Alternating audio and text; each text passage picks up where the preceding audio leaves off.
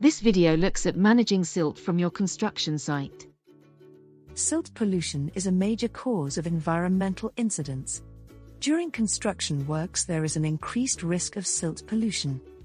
This video looks at the steps that you can take to reduce the risk. Prepare a pollution prevention plan that includes details of the site, details of the types of works going on, emergency contact details for SEPA and the pollution hotline, and the pollution risks covered in the plan. Include details of pollution sources, pathways, and receptors. Finally, include details on the actions you are going to take to prevent silt pollution. Sites operating in Scotland will require a construction runoff permit from the Scottish Environment Protection Agency if the site meets one of the following criteria: is larger than 4 hectares, or has a road or trackway longer than 5 kilometers, or includes any area of more than 1 hectare on ground with a slope of more than 25 degrees, or includes any road or track longer than 500 meters on ground with a slope of more than 25 degrees. Divert clean water from exposed soils and working areas. You can use diversion drains on the upstream edge of the site to divert clean, uncontaminated water away from the working area. Use bunds, made from materials such as sandbags, around exposed soils to prevent clean water from entering the area and dirty water escaping. Route uncontaminated water to the water environment or nearby land, with permission from the landowner. Minimize the erosion of exposed soils. You should strip vegetation and topsoil in sequence, clearing only the areas where you need to work. Do not strip soil up to the edges of watercourses or drainage ditches.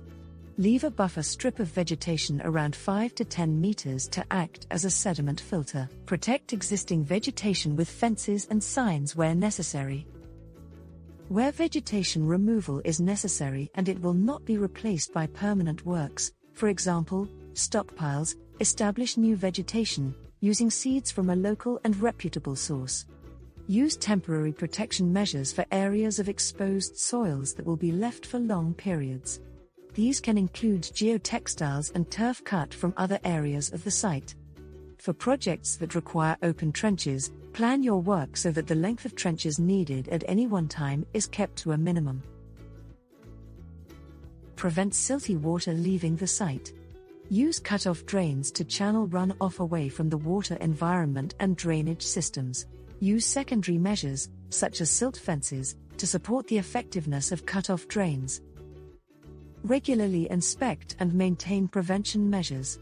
Any materials that have accumulated upstream of a filter or barrier should be removed carefully and disposed of appropriately. If the completed phase includes sustainable drainage systems, these should be protected from silty runoff during the construction phase.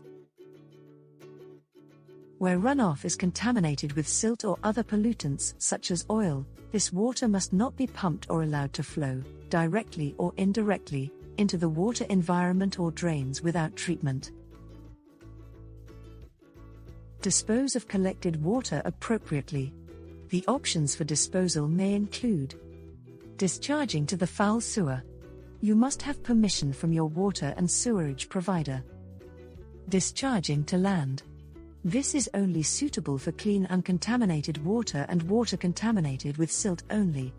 You must have permission from SEPA and the landowner before discharging to land. Discharging to the water environment, but you must have permission from SEPA. And, if no other disposal routes are available, contaminated water can be collected by tanker and taken off-site for authorized disposal.